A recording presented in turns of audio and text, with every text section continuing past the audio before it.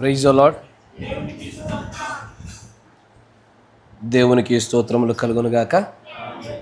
ప్రభు అయినటువంటి యేసుక్రీస్తు నామములో మీ అందరికీ మరి వందనములు మరియు శుభములు తెలియజేస్తా ఉన్నాను. Praise the lord. దేవునికి స్తోత్రములు కలుగును గాక.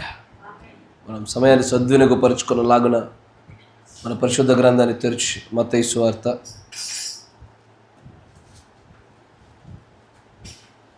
10వ అధ్యాయము. మత్తయి సువార్త 10వ అధ్యాయము.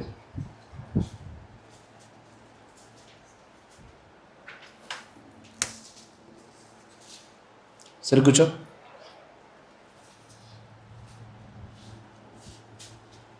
మత్తయి సువార్త 10వ అధ్యాయము 40వ వచనం నుంచి గమనించాలి. మిమ్మల్ని చేర్చుకునేవాడు నన్ను చేర్చుకొనును, నన్ను చేర్చుకునేవాడు నన్ను పంపిన వానిని చేర్చుకొనును.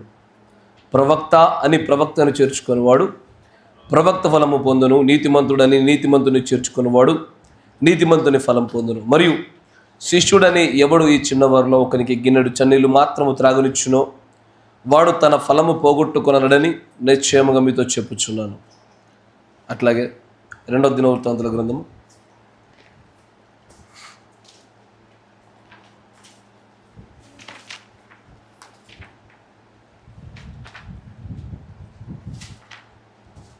36వ అధ్యాయం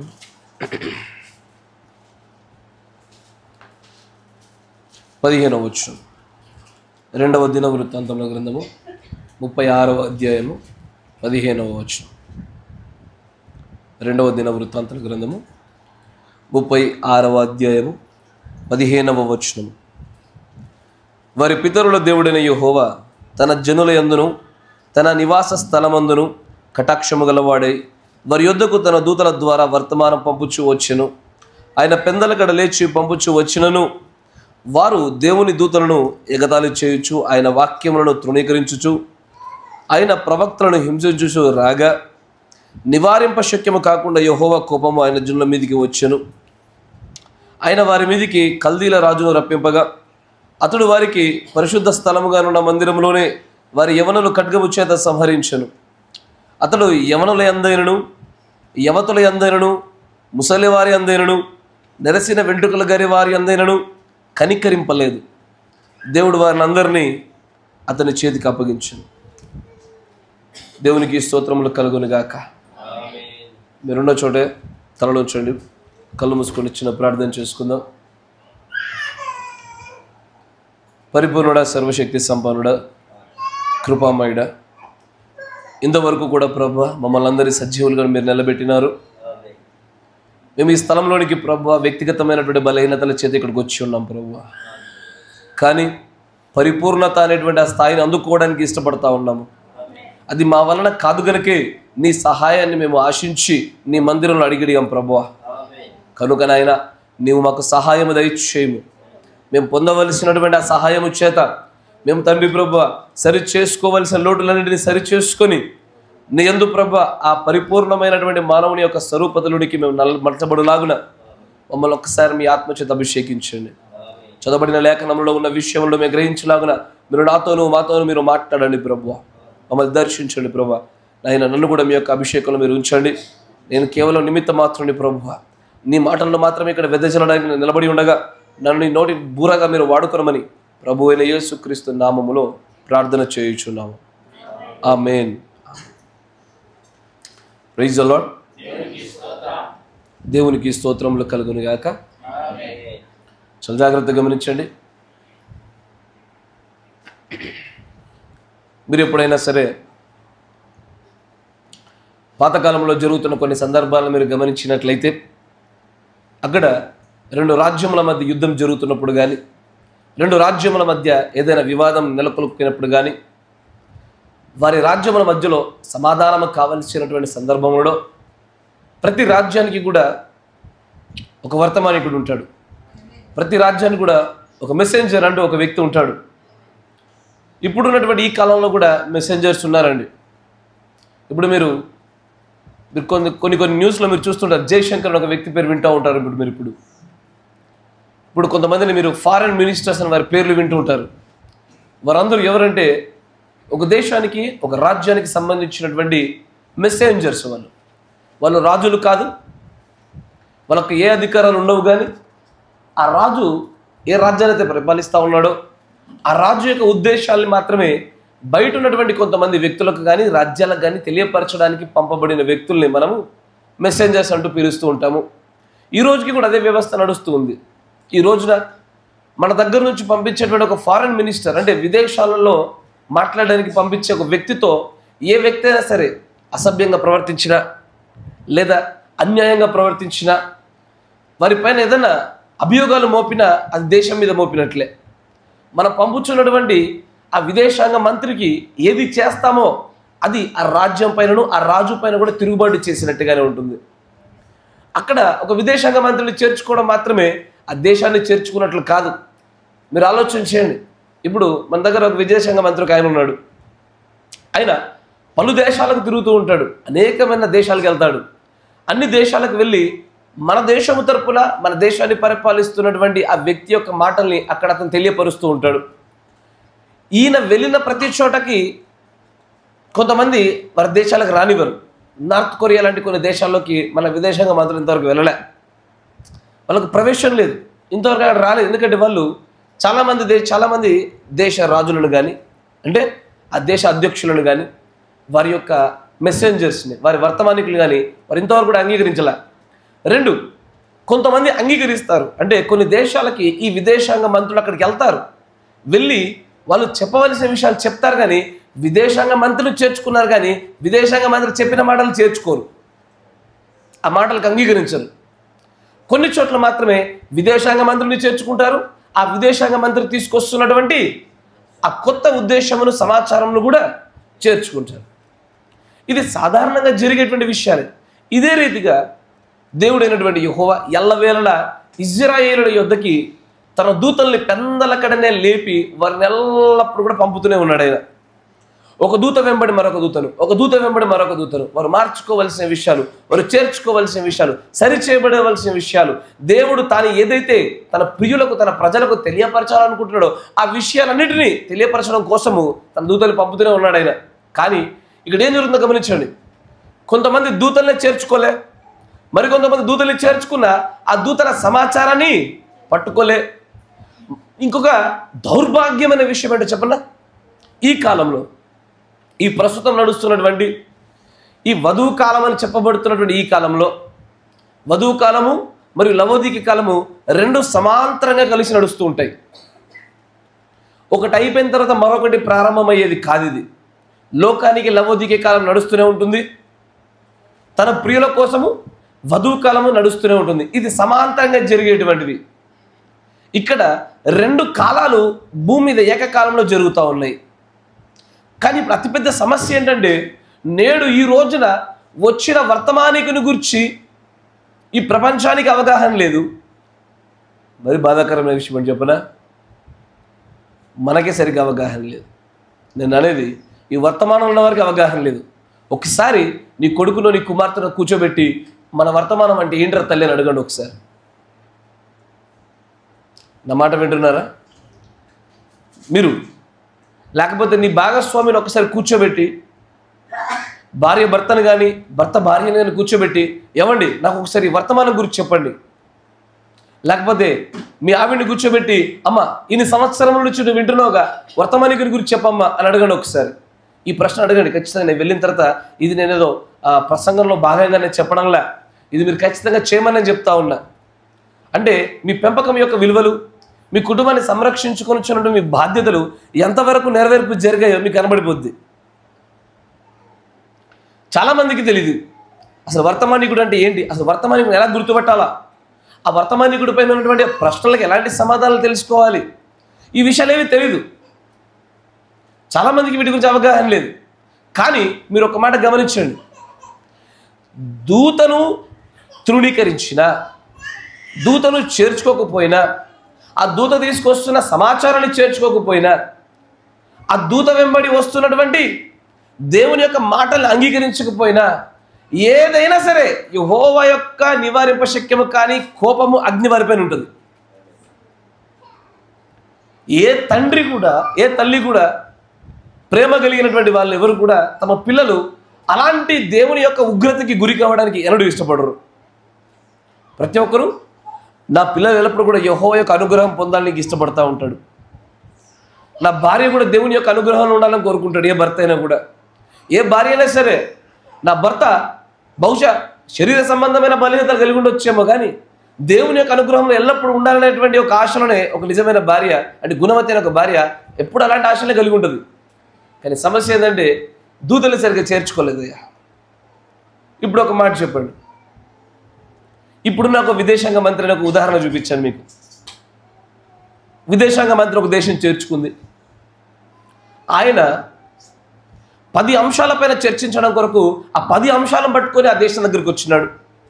ఆ 10 అంశాలలో 5 చేర్చుకుని 5 పక్కన పడేశారు. ఇప్పుడు చెప్పండి, ఇప్పుడు ఆ దూతను సంపూర్ణంగా చేర్చుకున్నట్లుగా లెక్కబడుతుందా? కాదు. అసలు ఆ దూత 10 అంశాలతో వచ్చాడన్న విషయం తెలిస్తే బాగుండు. ఈ రోజున అసలు ఈ వర్తమానికుడు, ఈ కాలానికి పంపబడిన వర్తమానికుడు ఎంత సమాచారాన్ని తీసుకొచ్చాడు, ఏ ఏ విషయాలలో మనలకు దేవుని దగ్గర నుంచి ఒక సమాచారం పట్టుకొచ్చి మనం తెలుసుకోవడం కోసం కేటాయించబడినాడో అది కూడా తెలియదు. నా మాట వింటున్నారా? అది కూడా తెలియదు. అందుకే దేవుని యొక్క ప్రవక్త అంటాడు తన వర్తమానంలో, మీరు తీయబాకండి, నేను తీస్తాను.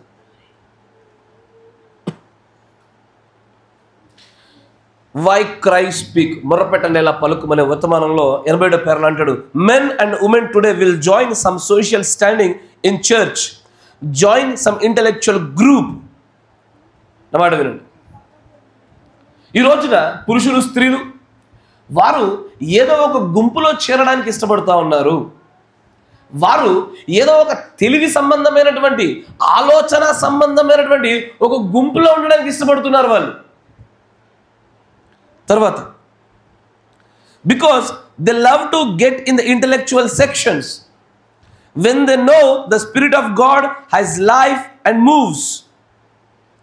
వారికి తెలుసు ఏమని, ఈ ఆలోచనాత్మకమైనటువంటి తెలివి కలిగినటువంటి వారైనటువంటి కొన్ని గుంపుతో ఎల్లప్పుడూ కూడా వారు తిరగడానికి, వాళ్ళతో కలిసి నివసించడానికి ఈ రోజున పురుషులు, స్త్రీలు చాలా ఇష్టపడుతూ ఉన్నారు.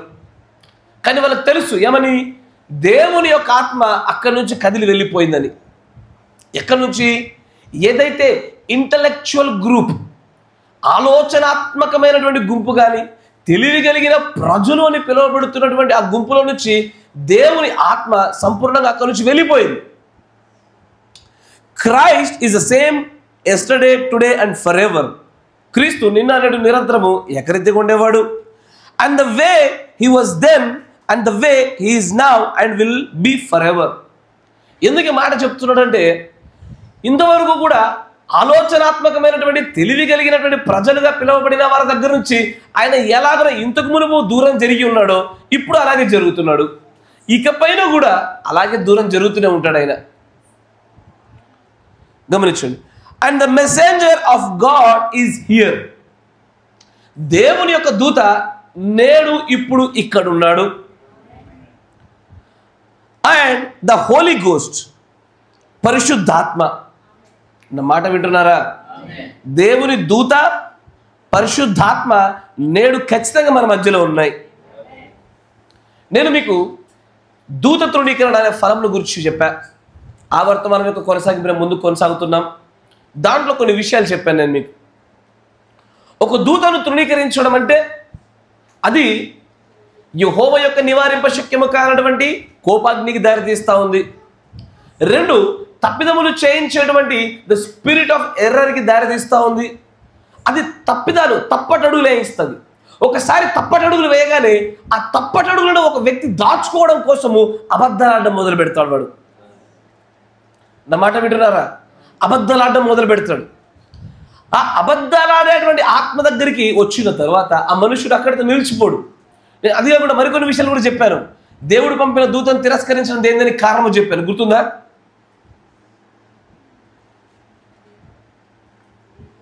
దేవుని యొక్క దూతను తిరస్కరించడం వల్ల ఏమేమి పొందుకుంటారని చెప్పాను. చివరి భాగం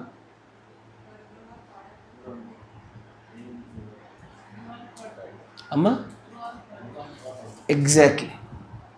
దేవుని దగ్గర నుంచి పంపబడుచున్నటువంటి దూతను చేర్చుకోకపోయినను మొట్టమొదటిగా లేఖనముల ప్రకారంగా వారి గృహములు దిబ్బలైపోతాయి, పాడైపోతాయి.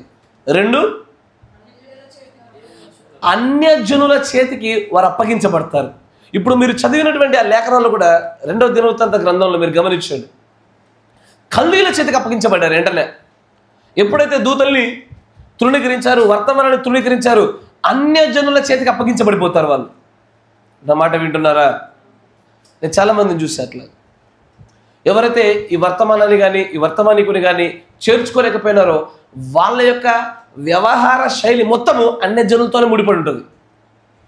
నా మాట వింటున్నారా?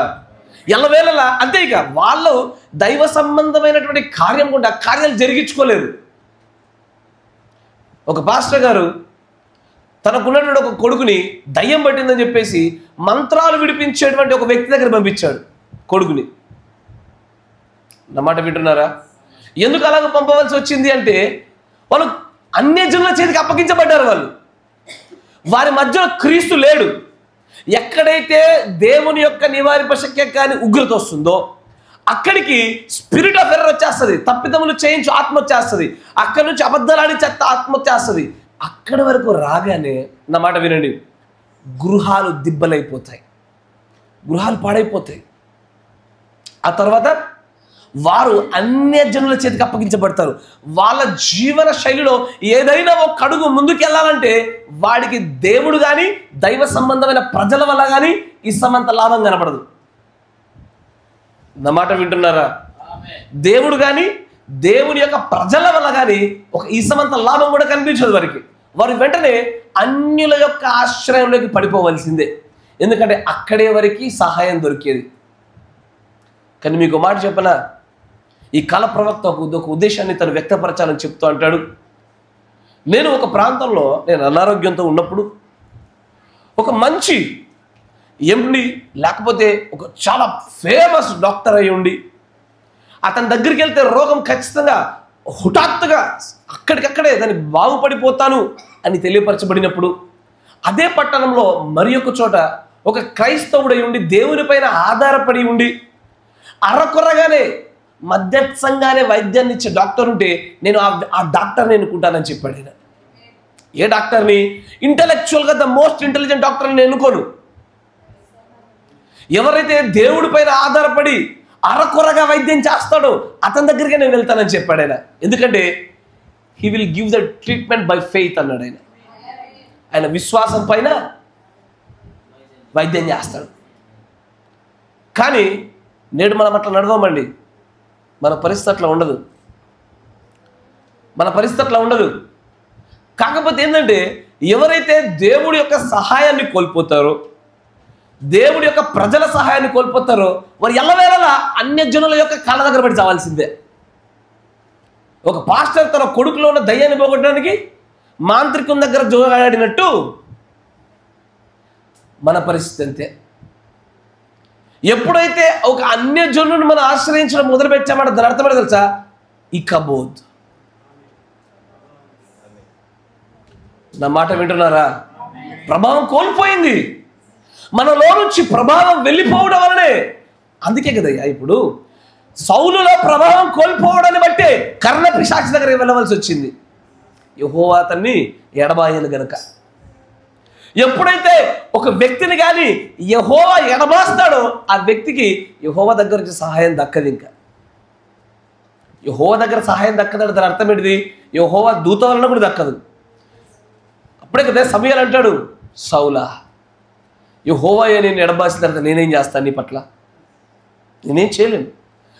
ఎవ్వరు దిక్కు లేకపోయేసరికి అన్యజన సంబంధమైన ఆచారాల్లో కూడుకున్న కర్ణ పిశాచి దగ్గరికి వెళ్ళి విచారణ చేసుకోవాల్సిన దౌర్భాగ్య పరిస్థితి పట్టింది. అది పతనమునకు సింబల్ అయ్యా. ఒక మనుష్యుడు, ఒక విశ్వాసి పతనమైపోతున్నాడు, చనిపోబోతున్నాడు. ఈ spiritual is going to die. దానికి సాదృశ్యం అది. Very danger. నా మాట వింటున్నారా? అందుకే కదయ్యా మోషే అంటాడు, రాజు యొక్క గృహములలో అలాంటి అధికారములు పొందుకొని నివసించుట కంటే సహోదరులతో శ్రమ అనుభవించడం మేలు. అదే మేలు. ఎందుకంటే ఆశ్రమంలో కూడా దేవుడు ఏదో ఒక మేలు దాచిపెడతాడు. మాట వింటున్నారా? ఆశ్రమంలో కూడా దేవుడు ఏదో ఒక మేలు దాచిపెడతాడయ్యా. కానీ దైవ సంబంధమైనటువంటి పరిధి దాటి బయటికి వెళ్ళిన తర్వాత అత్యంత భయంకరంగా కనబడుతూ ఉంటాయి పరిస్థితులు. చాలా అంటే చాలా భయంకరము. కానీ ఏం చేస్తారు? దైవ సంబంధమైనటువంటి శక్తిని ఒక్కసారి కోల్పోయి ఈ కాబోధులు పొందుకున్న తర్వాత ఆ మనుష్యులకు ఖచ్చితంగా అన్యజనులను ఆశ్రయించక తప్పదు. ఒకసారి ఆలోచన చేయండి. దానియేలు పుట్టి పెరిగింది ఎక్కడ? షడ్రక్ మెషక్ అబేద్నెగోలు పుట్టి పెరిగింది ఎక్కడ? పుట్టింది వాళ్ళ ప్రాంతంలోనే. మరి విద్యాభ్యాసాలు వాళ్ళు పెరిగిందంతా కూడా అన్యుల యొక్క గృహాలలోనే. నమాట వింటున్నారా? ఒక్కొక్కసారి ఆలోచన చేసి అనిపిస్తూ ఉంటుంది. ఇక్కడ కొంతమంది ప్రజలు ఎక్కడికో ఫారెన్ కంట్రీలకు వెళ్ళి ఎవడైతే మన విశ్వాసాన్ని కాదంటాడో, ఎవడైతే మన భక్తిని కాదంటాడో, మన దేవుడి కాదంటాడో వాళ్ళ దగ్గర సార్ అని చెప్పి జబ్బులు జోడించాలా. నమాట వింటున్నారా? ఇవన్నీ ఎందుకు జరుగుతాయా అంటే ఒక మాట గుర్తుంచుకోండి. మీరందరూ ఎల్లవేళ ఒక విషయాన్ని జ్ఞాపకం చేసుకోండి. ద్వితీయోపదేశకాండం 28వ అధ్యాయం చూసారా? ద్వితీయోపదేశకాండం 28వ అధ్యాయం తీయండి ఒకసారి. ఆ పేజీని మీరు మడతెట్టుకోండి. 28. నేను కొంచెం సబ్జెక్ట్ నుంచి ఒక కడుగు పక్కన పెట్టాను, మళ్ళీ వెంటనే వెనక్కి వస్తాను. ఇది ఇంపార్టెంట్ కాబట్టి చూపిస్తూ ఉన్నాను మీకు. 28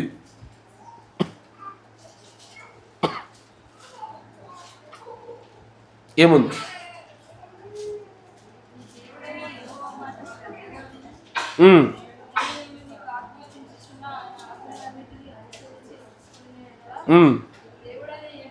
ఒక్కసారి ఆలోచన చేయండి. ఈ మాటలు మొదటి భాగం వినడానికి చాలా ఆనందంగా ఉంటాయి, రెండో భాగం భయాన్ని కలిగజేస్తుంది. నా మాట వింటున్నారా? మొదటి భాగం ఆనందాన్ని, రెండో భాగం ఖచ్చితంగా భయాన్ని కలగజేస్తుంది. దాంట్లో ఏముంటుందని ఒకటే విషయం. దేవుడైనటువంటి యెహోవానైన నేను ఒక మానవుణ్ణి, అతన్ని కానీ, అతని పాడిని కానీ, అతని పంటను కానీ, తన ఉద్యోగాన్ని కానీ, తన చేతి పని కానీ, అసలు వాడి జీవన విధానాన్ని కానీ ఒక వ్యక్తిని ఆశీర్వదించడానికి, ఆశీర్వదించకపోవడానికి అసలైన కారణం చెప్తాడు అక్కడ. ఒక్క విషయం చెప్తా, గుర్తుంచుకోండి. ఏదైనా శ్రమ రాగానే, ఏదైనా ఇరుకు రాగానే, ఇబ్బంది రాగానే మొట్టమొదటిగా ద్వితీయోపదేశకాండం 28వ అధ్యాయం చదవండి. నా మాట వింటున్నారా? ఆయన ఆజ్ఞలను పాటించని ప్రతి ఒక్కడికి ఏం చేస్తానన్నాడో అయ్యే మన జీవితాలు కనబడుతున్నాయి నేటికి.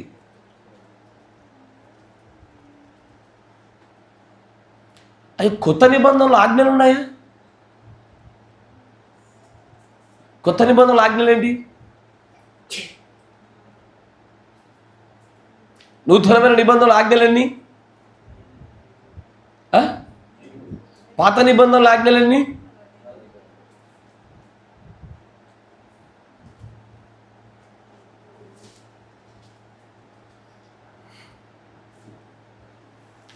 ఇప్పుడు ఫాస్టింగ్ ఈజ్ ఎ కమాండ్ అన్నాడు ప్రవక్త. ఇప్పుడు ఎన్ని? 3 అయినాయా?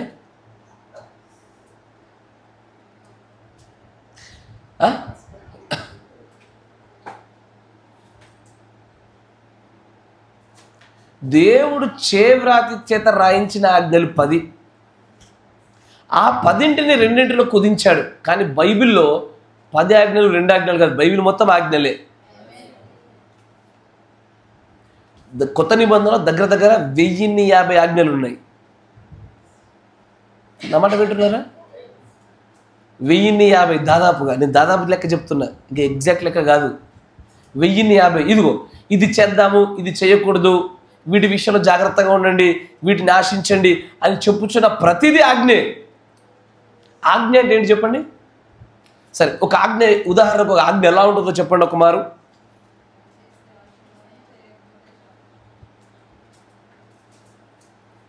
ఇప్పుడు ఒక మాట చెప్పండి. నేను షమ్ము గారికి చెప్తా ఉన్నా, షమ్ము నువ్వు షాప్కి వెళ్ళి ఒక వాటర్ బాటిల్ తీసుకురా. నువ్వు తీసుకొచ్చేప్పుడు అటు ఇటు చూడకు.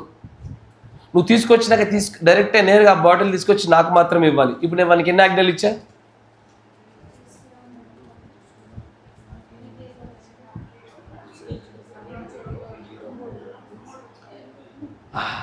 మీరు వింటున్నారా? ఈ రూపాన్ని ఒకసారి పౌలు గారు రాసిన ప్రతి పత్రిక ఆజ్ఞలానే కనబడుతాయి. ఆజ్ఞ అంటే ఏంటయ్యా? దేవుడు తప్పిపోకుండా జాగ్రత్త పడని ఖచ్చితంగా చేయమని చెప్పిన మాటే ఆజ్ఞ. అంతేగాని ఆజ్ఞ అంటే ఒక మాట చెప్పి ఇది ఆజ్ఞ ఇది ఆజ్ఞ అని రాస్తే ఆజ్ఞ అనుకుంటారు. లేకపోతే ఈ కాల ప్రవక్త వచ్చేసి ఫాస్టింగ్ ఇస్ ఎ కమాండ్ అన్నాడు ఆయన. ఎస్ సార్, ఉపవాసం అనేది ఒక ఆజ్ఞ అన్నాడు ఆయన. ఎస్ సార్, లాస్ట్ సండే మనం చూసాం ఏమన్నాడు ఆయన? టైట్ దశంభాగం అనేది కూడా ఆజ్ఞ అన్నాడు ఆయన. ఎస్ సార్, అది ఆజ్ఞే. ఎక్కడ మన కొత్త నిబంధన ఆజ్ఞ ఎక్కడ కనబడుద్ది? దశంభాగం ఆజ్ఞ, ఉపవాసం ఆజ్ఞ అని ఎక్కడ రాయబడిందా? అలాగనే కనబడుతుంది నీకు. అది ఆజ్ఞ అంటే దేవుడిచ్చిన సూచనలు కట్టడలే ఆజ్ఞలు. ఆ రీతిలో చూస్తే అనేకమైన ఆజ్ఞలు ఉన్నాయి కొత్త నిబంధనలో. ఈ ద్వితీయోపదేశకాండ 20 ఒకసారి మీరు జ్ఞాపకం చేసుకోండి. అక్కడ అంటాడు ఏ నష్టం జరిగినా ఏ కష్టం జరిగినా దాన్ని చూడాలయ్యా మీరు. నన్ను చాలామంది చాలా విషయాలకు పిలుస్తారు కదా. నన్ను ఆ మాట వినండి. మీ పొలాలకు నన్ను ఒకవేళ పిలిచి నన్ను ప్రార్థన చేపిస్తున్నారు అనుకోండి, నేను చాలామంది పొలాలు ఇదే వాక్యం చదివా, అదే చదువుతా. ద్వితీయోపదేశకాండ 28 అధ్యాయమే చదువుతా. ఎందుకంటే నేను అక్కడికి వచ్చి యెహోవా ఒకవేళ శిక్షించాలనుకున్న స్థలంలో నేను ఆశీర్వాదాలు పలికిన రావు. ఆయన ఖచ్చితంగా బుద్ధి చెప్పాలనుకున్న చోట నేను శాంతి సమాధానం వస్తుందని చెప్పడం నేను అబద్ధికుని అవుతాను. యెహోవా యొక్క శాంతి సమాధానాలు వచ్చేవి ఎల్లవేళలా ఆయన యొక్క ఆజ్ఞల యొక్క నడిపింపులో ఆయనను ప్రేమించడం గుండానే వస్తాయి. ఆయన ఆజ్ఞలు పాటించిన వాడికి మాత్రమే ఆశీర్వాదాలు రాయబడుతుంది. పాటించని ప్రతి ఒక్కరికి ఏమేమి చేస్తానో అది కూడా చూపిస్తాడు. చాలా భయానకంగా ఉంటుంది అధ్యాయం చదువుతున్నప్పుడల్లా. నా మాట వింటున్నారా? ఆ అధ్యాయం జాగ్రత్తగా పట్టుకోండి. ఎవడైతే ఆజ్ఞలు దాటి బయటకు వెళ్ళిపోతాడో అతనికి వచ్చేటువంటి కష్టమైనటువంటి ఆ క్లిష్టతరమైన పరిస్థితుల గుండా అతనికి ఇక దైవ సహాయం ఎన్నటికీ అందదు. అందరి ఆ పరిస్థితుల్లో అతను ఎల్లవేళ అన్యజనుల ఆశ్చర్యాన్ని పొందుకోవాల్సిందే. ఆ అన్యజనుల ఆశ్చర్యాన్ని పొందుకున్నప్పుడు ఏమి జరుగుతుందంటే గమనించండి. దూతను తృణీకరించిన ప్రతి ఒక్కడు అన్యజనులకు అప్పగించబడతాడు. Yes sir no? ఏ రూపంలోనైనా సరే అప్పచెప్పబడతాడు. మూడోది, ఒకటి ఇల్లు పాడైపోవడము, 2 అన్యజనులకు అప్పగించడము, 3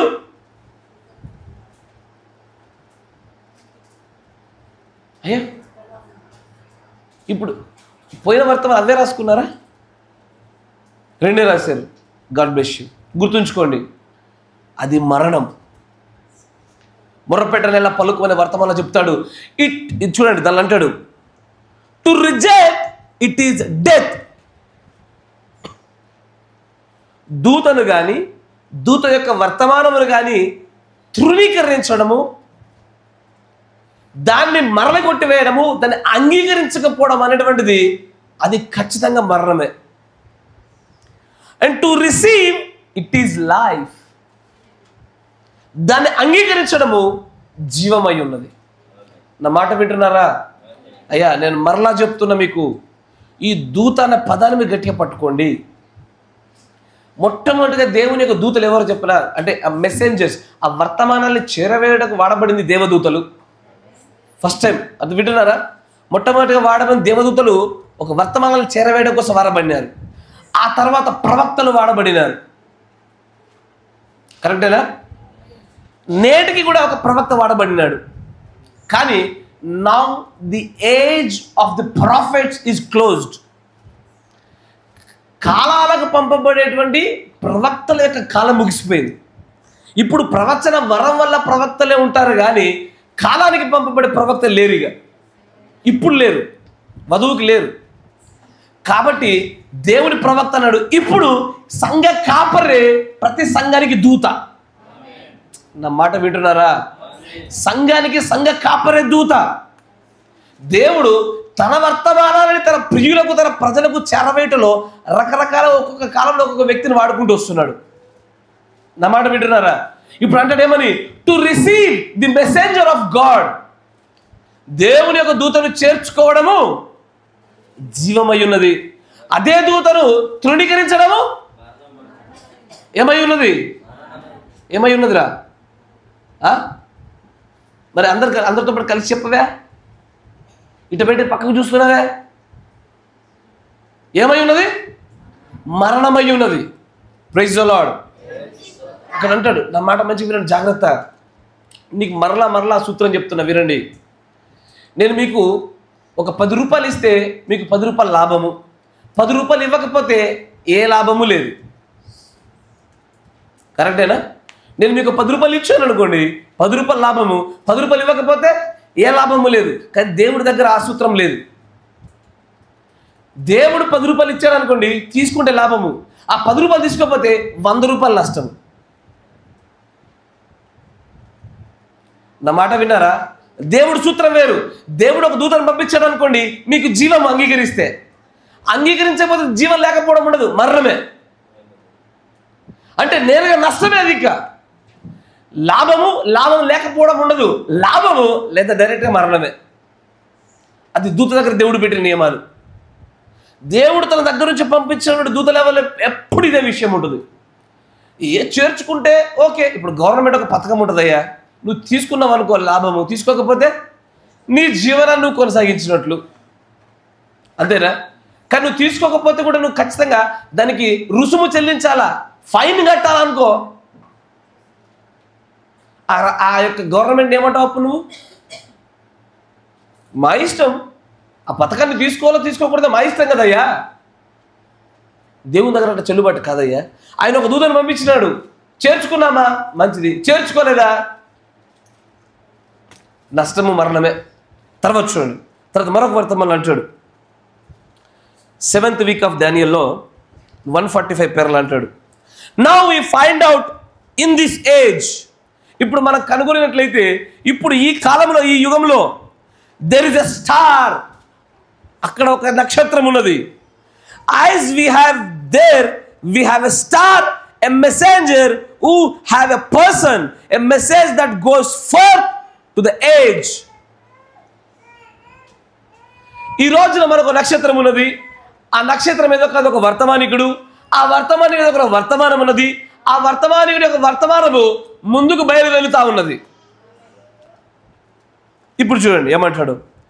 people to reject it, A people to receive it. అన్నమాట వింటున్నారా? ఒక దూత పంపబడినప్పుడు చేర్చుకునేవారు ఉంటారు, తృణీకరించేవారు ఉంటారు. అయ్యా మీరు ఒక సీఎం అనుకున్నారనుకోండి, రాష్ట్రంలో ప్రతి ఒక్కడు వాడికి ఓటు వేయడు. రాష్ట్రంలో ప్రతి ఒక్కటి వాడికి ఓటు వేయడు. అధిక శాతం ఓటు వేస్తేనే వాడు సీఎంగా ఎంచబడతారు. కానీ ఎంత సీఎం అయినప్పటికీ వాడికి ఎదురు తిరిగి ఒక బ్యాచ్, ఒక గుంపు, ఒకరి పార్టీలు ఉంటాయి. ఆమేన్, అంతేనా? అట్టాగే ఈ కాల ప్రవక్త విషయంలో అంతే, సంఘానికి పంపబడినటువంటి ఈ దూత విషయంలో అంతే, సంఘ కాపరి విషయంలో కూడా అంతే. నా మాట వింటున్నారా? అయ్యో ఇప్పుడు రాజకీయాలు చూడండి, ఒక మారు దాంట్లో అచ్చంగా ఒక పార్టీని నమ్ముకొని అట్టే ఉండేటోడు ఒకడు ఉంటాడు. కొంతమంది ఆ పార్టీకి విరోధంగా పనిచేస్తూ ఉంటారు. కొంతమంది అటు ఇటు జంపింగ్ అయ్యేటోళ్ళు ఉంటారు. కొంతమంది పార్టీ కండువాలు తిప్పుతూ ఉంటారు. అటు గెలిస్తే అటు, ఇటు గెలిస్తే ఇటు. అవునా? సంఘంలో కూడా అంతే. పాస్టర్ని ఆనుకొని ఉండేటువంటి ఒక గుంపు ఉంటుంది. పాస్టర్ని ఎల్లవేళ తృణీకరించే గుంపు ఒకటి ఉంటుంది. ఇంకో గుంపు ఉంటుంది, కండువాలు మార్చే గుంపు. పాస్టర్ దగ్గర ఉన్నప్పుడు పాస్టర్, మళ్ళీ తృణీకరించే గుంపు దగ్గరకు వచ్చేసరికి ఏం పాస్టర్. నా మాట వింటున్నారా? ఈ బ్యాచ్ ఇంతే. దీన్ని ఎవడు సరి చేయగలుగుతాడు? ఎవ్వడు సరి చేయలేడు.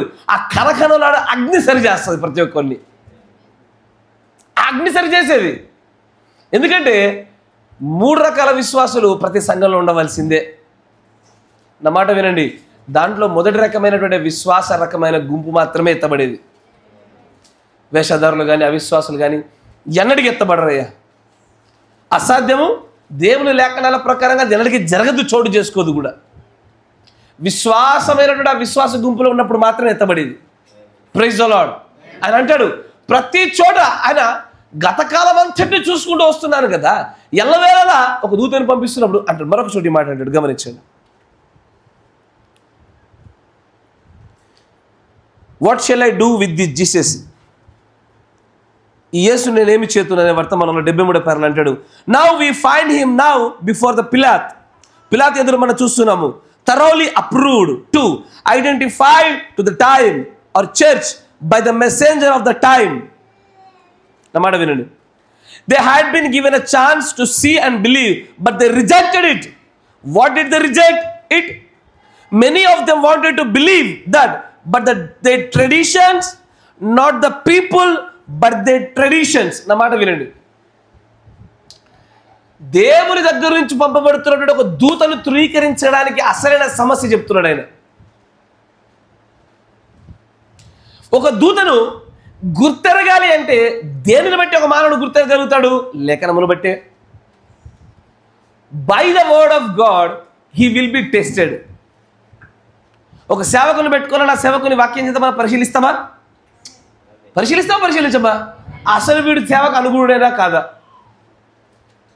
ఎందుకంటే ముక్కోపి సేవకు పనికిరాడు. నా మాట వింటున్నారా? ముక్కోపి సేవకు పనికిరాడు.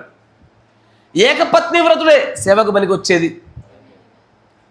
అతడు బోధింపదగినటువంటి వాడై ఉండాలా. ఇట్లా కొన్ని ఖచ్చితమైన లేఖనాలు పెట్టాడు. ఆ లేఖనాలతో చూసుకునే కదా ఒక సేవకుని పెట్టుకునేది. అతను సరైన సేవకుడా కదా మనం చూసుకునేది. ఎలా పెడితే అలా ఏ సేవకుడు పెడితే ఆ సేవకుడి దగ్గర మనం వెళ్ళి వాక్యాలు వినలేము. ఆ లేఖన ప్రకారం ఉద్యోగుల దగ్గర మనం వింటాం. అట్లాగే వినాలి. అట్లా ఒక వ్యక్తి నేను దేవుని దగ్గర నుంచి పంపబడ్డ దూతనయ్యా, మరి ఆ దూతను గుర్తుపట్టడానికి నీ దగ్గర నా దగ్గర ఉన్న ఏకైక కొలమానం ఆయుధం వాక్యమే. ఆ వాక్యమును బట్టే మనం కొలిచి ఇతను ఎలాగన దూత అవుతున్నాడు, ఎలాగన ప్రవక్త అవుతున్నాడు, ఎలాగన మెసేజ్ పట్టుకొని వస్తున్నాడు అనే విషయాన్ని మనం పట్టుకోగలుగుతాము. కానీ ఇక్కడ దేవుని యొక్క ప్రవక్త అసలైన సూత్రం చెప్తున్నాడు. ఏమని అంటే దూతను గుర్తుపట్టడానికి కావాల్సిన వాక్యము. కానీ ఈ వాక్యము మీ పారంపర్యాచారముల వల్ల ఈ వాక్యమును నిరర్ధకం చేస్తున్నారు అన్నాడు ఆయన. నా మాట వింటున్నారా? దేనితోనైతే దూత యొక్క వర్తమానాన్ని గుర్తుపట్టాలో ఆ గుర్తుపట్టవలసిన ఆ వాక్యమును you are making the word of God vain by your traditions అన్నాడు.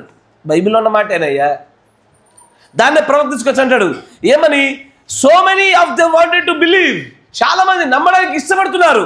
బట్ కానీ దేర్ ట్రెడిషన్స్, వాళ్ళ ఆచారాలు, నాట్ ద పీపుల్, ప్రజలు కాదట. నా మాట వింటున్నారా? అయ్యా మీకు ఈ పదం విన్నారు ఎప్పుడన్నా? మనుష్యుల పారంపర్యాచరణలో దేవుని వాక్యం నిరర్ధకం చేస్తున్నారు విన్నారా? ఇప్పుడు ఆలోచన చేయండి. అసలు ఒక వ్యక్తిని కొలవాలన్నా, సంఘాన్ని కొలవాలన్నా, ఒక పరిస్థితిని కొలవాలన్నా, దేన్ని అంచనా వేయాలన్నా మనకు దేవుడు అప్పకి చెప్పినటువంటి ఏకైక ఆయుధం వాక్యమే. ఇప్పుడు ఆ వాక్యమే నిరర్ధకమైంది అనుకోండి, మనం ఎట్లా గుర్తుపట్టగలుగుతాం దూతాన్ని? ఎలా చేర్చుకోగలుగుతాం వర్తమానాన్ని? ఎలా ఉండగలుగుతాం సంఘంలో? అసలు ఇలాంటి పరిస్థితి గల కారణమేమి? అమ్మా నా మాట ఏంటున్నారా? మీకు కొంచెం కుండబద్ద కూడా చెప్తా. మీ దగ్గర కొన్ని ముసలమ్మ ముచ్చలతో కూడుకున్న కొన్ని ఆచార వ్యవహారాలను చూసారా? రాత్రిప్పుడు ఇది చేయొద్దు, రాత్రులు గోరలు కత్తిరించుకోవద్దు, ఉప్పు పక్కింటికి ఇచ్చుకోవద్దు, ఇటు పక్క నుంచి పొయ్యికి కర్రలు పెట్టొద్దు, ఇటు పక్క పెట్టాలా? ఏంది? తూర్పు దిక్కు డోర్ పెట్టాలా, ఇటు పక్క డోర్ పెట్టొద్దు. ఏంది? ఇప్పుడు ఒక మాట చెప్పండి. ఈడ మీది తూర్పు దిక్కు ఎవరెవరి గృహాలు ఉన్నాయి? ముఖాలు తూర్పు దిక్కు ఫేసింగ్ ఉన్న ముఖాలు చెప్పండి. మీది ఇంకా తూర్పు దిక్కు, మీది కూడా తూర్పు దిక్కేగా. చేయలేపరా? తూర్పు దిక్కు ఎంతమంది ఉన్నాయి? అందరి తూర్పు దిక్కేనా? ఒకసారి ఆలోచన చేయండి.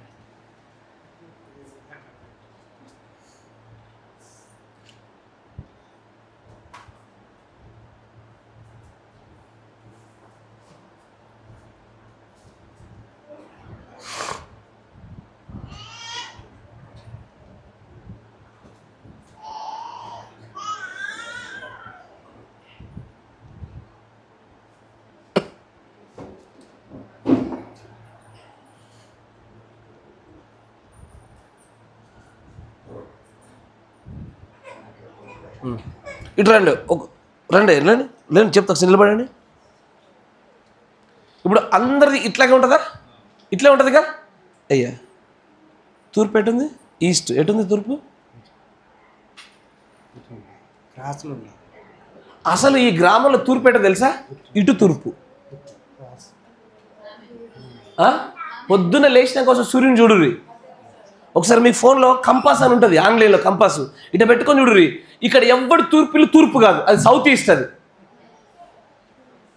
ఎవడు ఉత్తర దిక్కు, ఇది ఉత్తర దిక్కు అని పెట్టిర్రు ఈ చర్చికి. ఇది ఉత్తర దిక్క, ఇది ఉత్తర దిక్కు క్రాస్గా. ఆ చెరువు మొక్కని పెడితే ఉత్తర దిక్కు. అది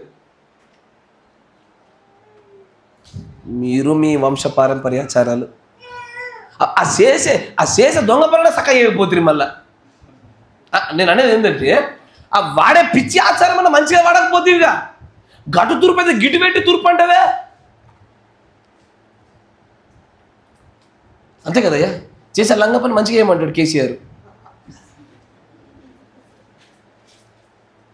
అంటే వాడే ఆచారం అన్న మంచిగా వాడు కనీసం. ఇటు ఆచారంలో ప్రాపర్గా లేవు అంటే, అటు చల్లగా లేకపోతేవి, ఇటు వెచ్చగా లేకపోతేవి, పూలను మించుకుంటువి. అట్లా లేదు మన జీవిత పరిస్థితులు. ఇలాంటప్పుడే కదయ్యా మన యొక్క ట్రెడిషన్స్, మన ఆచారాలు దేవుని వాక్యం నిర్ధకం చేసి పడేసాయి. దేవుడి వాక్యం నిర్ధకం చేసి అక్కడ దేవుడు ఉంటాడా? ఎవడు ఉంటాడు? దేవుడు కానీ దేవ సంబంధాలు పిల్లలు ఉండరు అక్కడ. అక్కడ అన్యజనుల యొక్క అప్పగింతలు కనబడతాయి. అక్కడ నా మాట వింటున్నారా? ఒక ఉదాహరణ చెప్తాను. నాకు సహోదరి తెలుసు, పేరు చెప్పాను కానీ ఆ సహోదరి దేవుని వాక్యం కంటే ఎక్కువ ఆచారానికి ప్రాధాన్యత ఇచ్చింది. చివరికి అన్యజన సంబంధమైన పద్ధతులను పెళ్లి చేసుకోవాల్సి వచ్చింది. ఒక్కసారి లేఖనము యొక్క వెలుగులో, ఈ ప్రత్యక్షతలో దూరం నుంచి పైనుంచి చూడండి. ఆ సహోదరి ఇప్పుడు అన్యజన సంబంధమైన పద్ధతులు వివాహం చేసుకోవడానికి దేవుడు అప్పగిస్తేనే కదా ఏదైనా జరిగేది. ఆమేన్. దేవుడు అప్పగించకుండా ఏది జరగదయ్యా. నా మాట వినండి. దేవుడు అప్పగిస్తాడు. రోమపత్రికలో చాలా అద్భుతంగా రాస్తాడు. తుచ్చమైన అభిలాషలకు దేవుడు వారిని అప్పగించాడు అంటాడు ఆయన. దేవుడు వదిలేస్తేనే అలాంటి ఆశలు వచ్చి పడితే అలాంటి వాడి చేస్తాడు. ఈ రోజున వాక్యము తప్పి తిరుగుతున్నారంటే దానికి గల కారణం ఏంటి? వాక్యము దాటి అన్యజన సంబంధమైన ఆచారాలు అలాంటి వ్యవహారాలలో తమ జీవనోపాధిలో ముందుకు పోవడం గల కారణం ఏంటి అంటే, దేవుడు అప్పచెప్పేస్తాడు. ఎందుకు? దేవుడు ఎవరిని అప్పచెప్తాడు? ఎవరైతే దూతను కానీ దూత వర్తమానాన్ని తుండకిస్తారో వాళ్ళ గతి లాస్ట్కి ఎప్పుడంతే. నా మాట వింటున్నారా? అయ్యా, ఇప్పుడు నాకు కొడుకున్నాడు. వాడికి రేపు పొద్దున నేను ఒక అమ్మాయిని పెళ్లి సంబంధం తీసుకురావడానికి వచ్చిన ఒక అమ్మాయి దొరకలేదనుకో, నేనేం చేయాలా?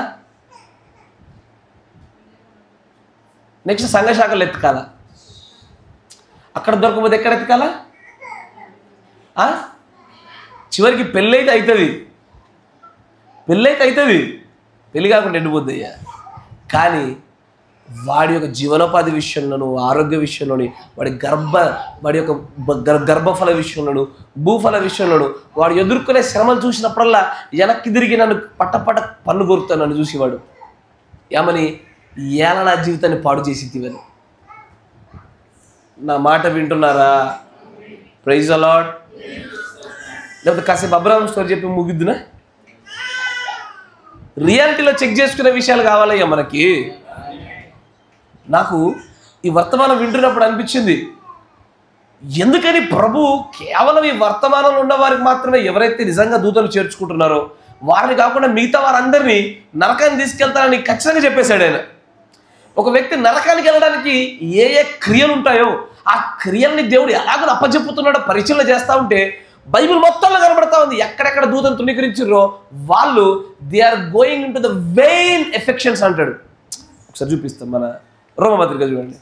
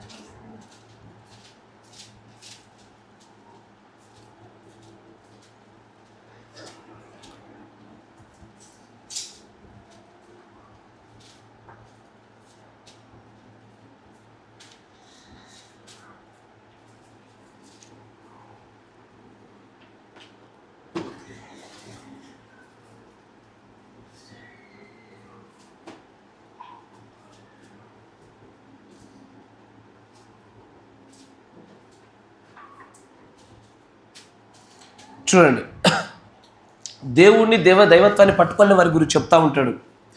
ఇక్కడ 23వ వచనం చూడండి, 22వ వచనం చూడండి.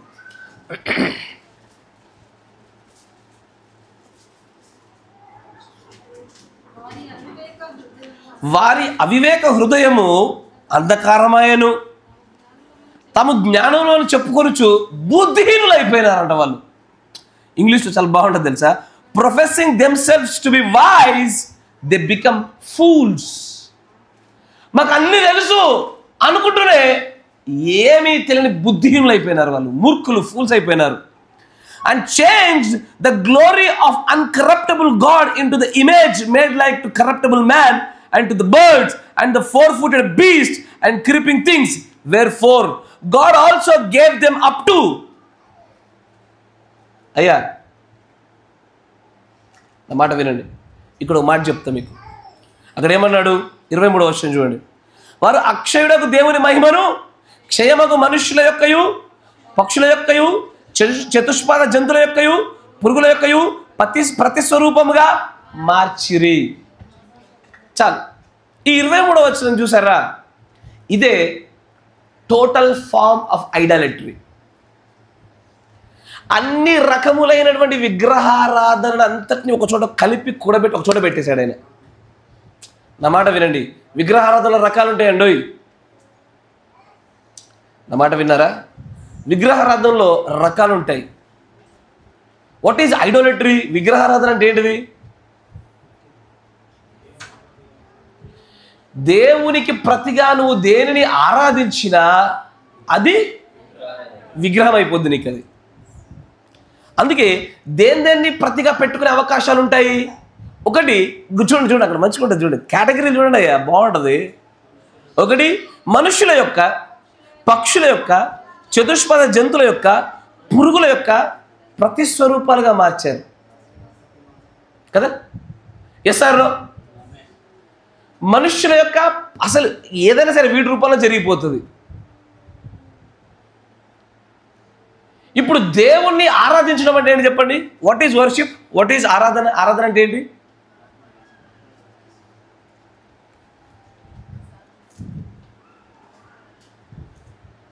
ఆరాధన, వర్షిప్.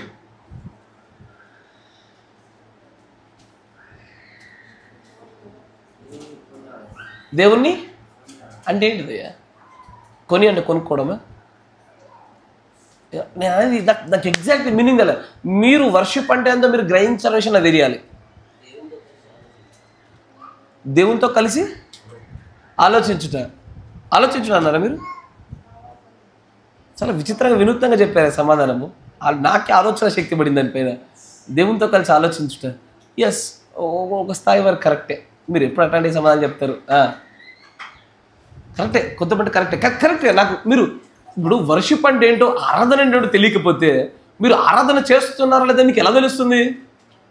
నేను అడుగుతున్నా, మీరు దేవుని ఆరాధిస్తున్నారా? ఆమేన్. అంటే ఎట్లా చేస్తా ఉన్నారు? దేన్ని బట్టి ఆరాధన అంటా ఉన్నారు? ఎందుకంటే ఒక మాట చెప్తున్నా, అమ్మ ఒక కాలం వచ్చుచున్నది, ఈ తండ్రి మీద, ఈ కొండ మీద ఎవ్వడు తండ్రిని ఆరాధించడు. ఆత్మతోనూ సత్యంతోనూ ఆరాధించే కాలం వచ్చే ఉన్నది. ఇప్పుడు చెప్పండి, ఆరాధన అంటే ఏంటిది? అంటే మందిరానికి వెళ్ళి బలులు అర్పించడం ఆరాధనగా చెప్పలే దేవుడు. కరెక్టే కదా? మందిరానికి వెళ్ళి బలులు అర్పించడాన్ని ఆ సమరస్త్రీతో డైరెక్ట్ కొట్టిపడేశాడు. అసలు అలాంటి ఆరాధన దేవుడు కోరుకోవడం లేదమ్మా. ఏదో ఒక ఆరాధన కోరుకుంటున్నాడు. ఏంటది? ఆయనతో కలిసి నడవడం, ఆజ్ఞల్ని పాటించడం. మీరు మూడు సరైన సమాధానాలే, కానీ ఒక్కొక్క భాగం అప్పచెప్తా ఉన్నారు. మీకు ఒక ఉదాహరణ చెప్తా. ఇప్పుడు ఇవాళ రేపు మీ పిల్లలు గడ్డలు బాగా పెంచుతారు చూడండి, ఈ తరం వాళ్ళు.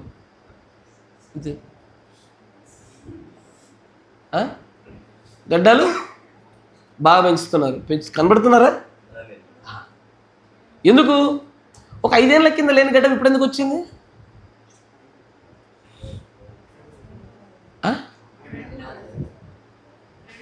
ట్రెండ్ బ్రదర్, ట్రెండ్, అంతేగా. అది ట్రెండ్ అంటే ఒక ఆలోచన చేయండి, అది ఎవడో ఒకటి తీసుకొని వస్తాడు. ఈ మధ్యకాలంలో ఒక రోగి వచ్చిండు, ఆ రోగిని కూడా చాలామంది ఫాలో అవుతుర్రు. ఇట్టట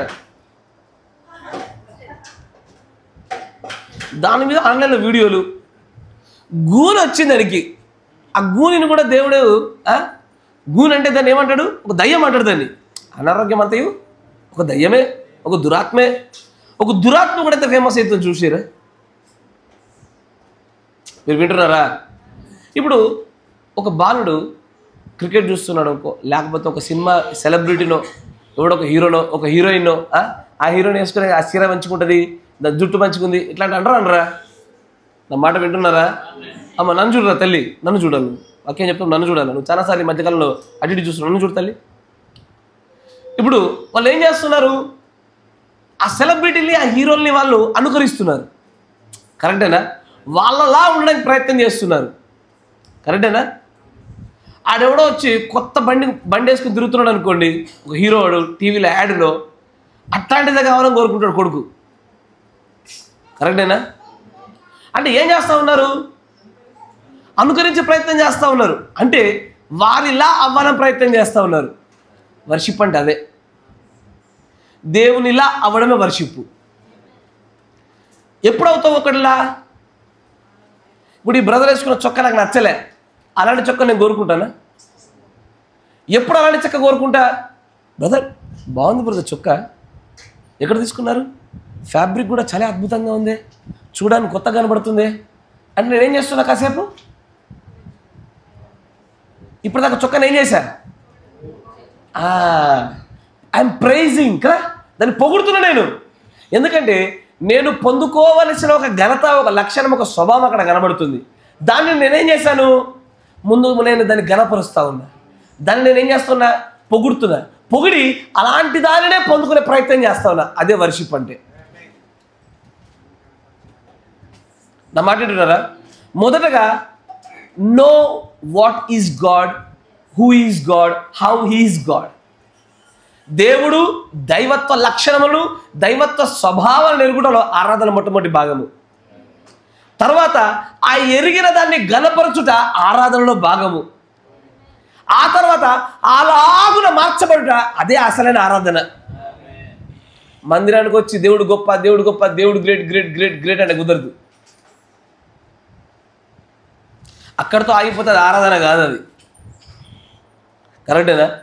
దేవుడి యొక్క లక్షణము గుర్తించుటయు, ఆ గుర్తించిన దాన్ని పొగుడుటయు, ఆ కొనియాడుచున్న దాన్ని పొందుకొనుటే అసలైన ఆరాధన. అంతే కదయ్యా? అలాంటి ఆరాధన చేయలేకుండా ఏమైపోతున్నారు చెప్పనా? దీనిని మనుషులు పొందుకోవడానికి దేవుడు నియమిస్తే మనుషులు దీంట్లో అనేకమైన విషయాలను తీసుకొచ్చారు. దేన్ని మనిషి దేని గొప్పతనాన్ని కనుక్కుంటున్నాడు? దేవుని కనుక్కోవడంలే, వాహనాల గొప్పతనాన్ని కనుక్కుంటాడు. చాలామందికి వాహనాలు దేవుళ్ళు అయిపోయినాయి. చాలామందికి ఆహారాలు గొప్పతనాలు కనుక్కుంటారు. ఈ చేప బాగుంటుంది, ఆ చేప బాగుంటుంది, ఆ మాంసం బాగుంటుంది, ఈ మాంసం బాగుంటుంది, ఇది కడక్నాథ్ బ్రదర్, కడక్నాథ్ కడక్ ఉంటుంది. నా మాట వింటున్నారా? ఎక్కడో ప్రజలు, మనుష్యులు దేవుని యొక్క గొప్పతనాన్ని వెతికి దాన్ని కొనియాడి దానిలాగా మార్చబడాల్సింది పోయి, పశువుల యొక్క, జంతువుల యొక్క గొప్పతనాన్ని చూసి వాటిని కొనియాడి వాటి నోట్లు వేసుకుంటున్నారు. అందుకే వాళ్ళ కడుపు వాళ్ళకి దేవుడు. నా మాట వింటున్నారా? వారి కడుపు వాడికి దేవుడు. క్రైస్తవునికి ఆహారం అంటే ఏంటిదయ్యా? ఈ దేహానికి ఒక నియమం, నేను ఎత్తబడే వరకు నా దేహాన్ని, నాకు అప్పచెప్పబడిన ఘటాన్ని, ఈ నిలయాన్ని కాపాడుకోవడానికి పోషించే ఆహారం, అంతేగా? కానీ అనేకులకు తెలీదు ఏది దేవుళ్ళు అవుతుందో, ఏది విగ్రహారాధన కూడా తెలీదు. అనేకులకు నేను చెప్తున్న మాట వినండి, చాలామందికి తమ భార్యలు దేవుళ్ళు.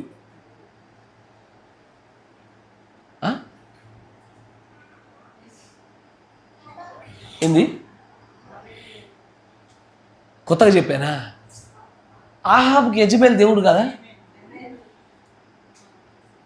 అరే ఇప్పుడు దేవుడు నిలబడ్డాడు, ఇది తినద్దురా అన్నాడు. ఆ పిల్ల నిలబడ్డది, నేను తిన్నా, నువ్వు కూడా తినరా అన్నది. ఎవడు మాట విన్నాడు? ఎలా మాట విన్నాడయ్యా? ఆదాము కూడా ఎవడయ్యా దేవుడు? అవే. నా మాట వింటున్నారా?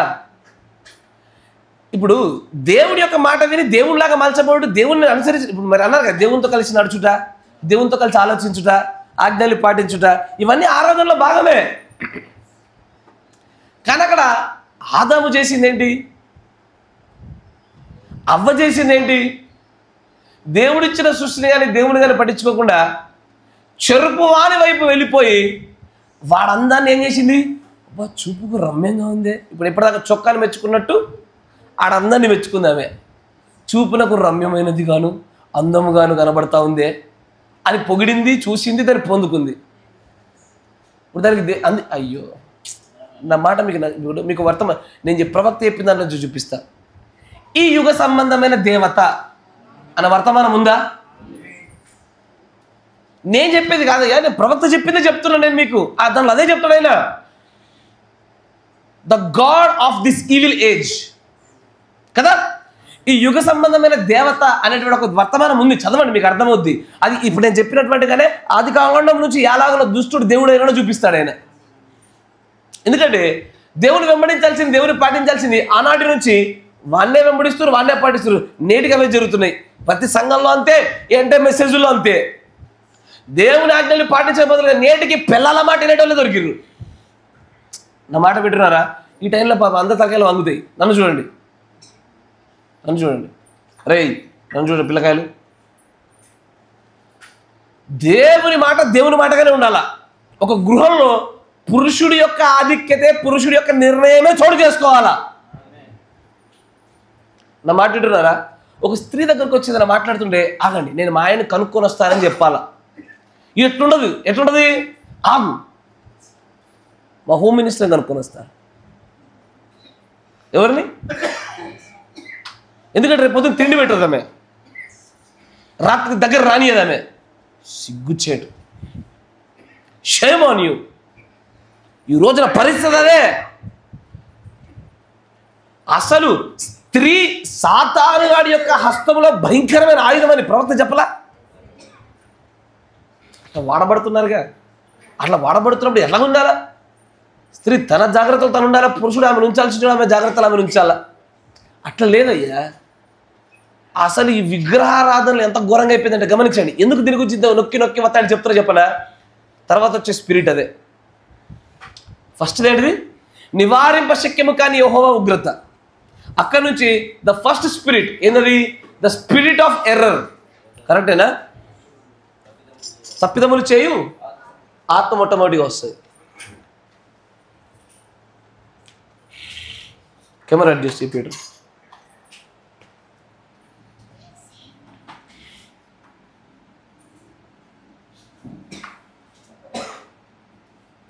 రెండు, స్పిరిట్ ఆఫ్